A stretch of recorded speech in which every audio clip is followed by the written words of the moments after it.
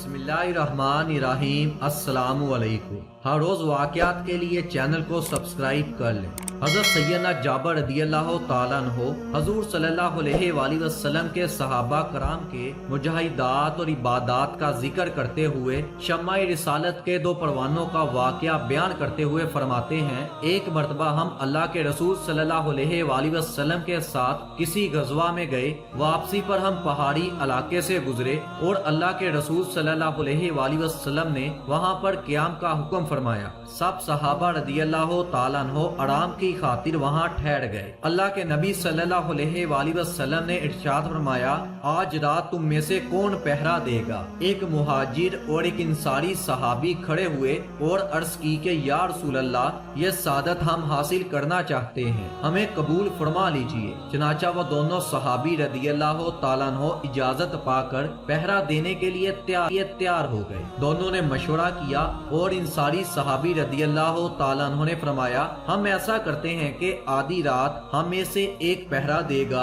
और दूसरा सो जाएगा। फिर इस तरह करेंगे कि आधी रात दूसरा पहरा देगा और पहला सो जाएगा। इंसारी सहाबी ने फरमाया, आप आराम फरमाएं, मैं जागता हूँ, फिर आप पहरा देना। मुहाजिर सहाबी रदियल्लाहु ताला अन्हो आराम फरमाने लगे और इंसारी सहाबी पहरा देने के लिए तैयार हो गए। कुछ देर के बाद उन्होंने नमाज पढ़ना शुरू कर दी और सूरतुल कहफ की किरात करने लगे। दुश्मनों की तरफ से एक शख्स आया और उसने पहाड़ी पर चढ़कर देखा तो उसे एक शख्स नमाज पढ़ता हुआ दिखाई दिया। उसने कमान पर तीर चढ़ाया और निशाना बांधकर उन सहाबी पर चला दिया। तीर आप रदियल्लाहु ताला अन्हो के जिस्म में पेवस्त हो गया, लेकिन आप रदियल्लाहु ताला अन्हो ने कोई हरकत ना की और नमाज में मशगूल रहे। उस जालिम ने दूसरा तीर मारा, वो भी आप रदियल्लाहु ताला अन्हो के जिस्म अक़दस में उतर गया, लेकिन आप रदियल्लाहु ताला अन्हो ने नमाज ना तोड़ी। फिर उसने तीसरा तीर मारा, वो भी सीधा आया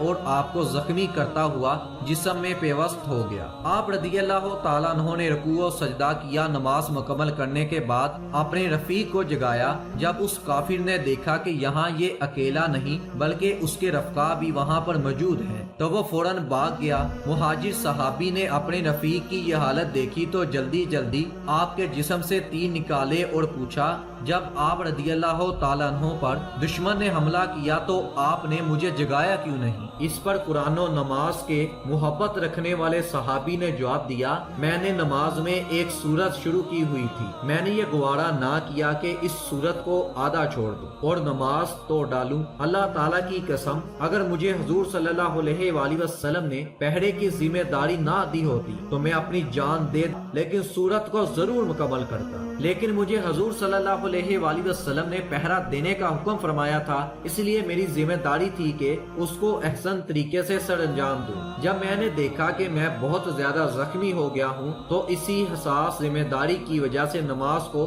मुख्तसर कर दिया और आप रदियल्लाहु ताला अन्हो को जगा दिया ताकि दुश्मन मजीद हमला ना कर सके। कुरान से कैसी मोहब्बत और लगन थी कि जान की परवाह ना की और नमाज में मशगूल रहे। अल्लाह ताला उनके सदके हमें भी इबादत हकीकी की लज़्ज़त अता फरमाए। कुरान की मोहब्बत और हुजूर सल्लल्लाहु अलैहि वसल्लम का सच्चा इश्क अता फरमाए। आमीन या रब्बुल आलमीन।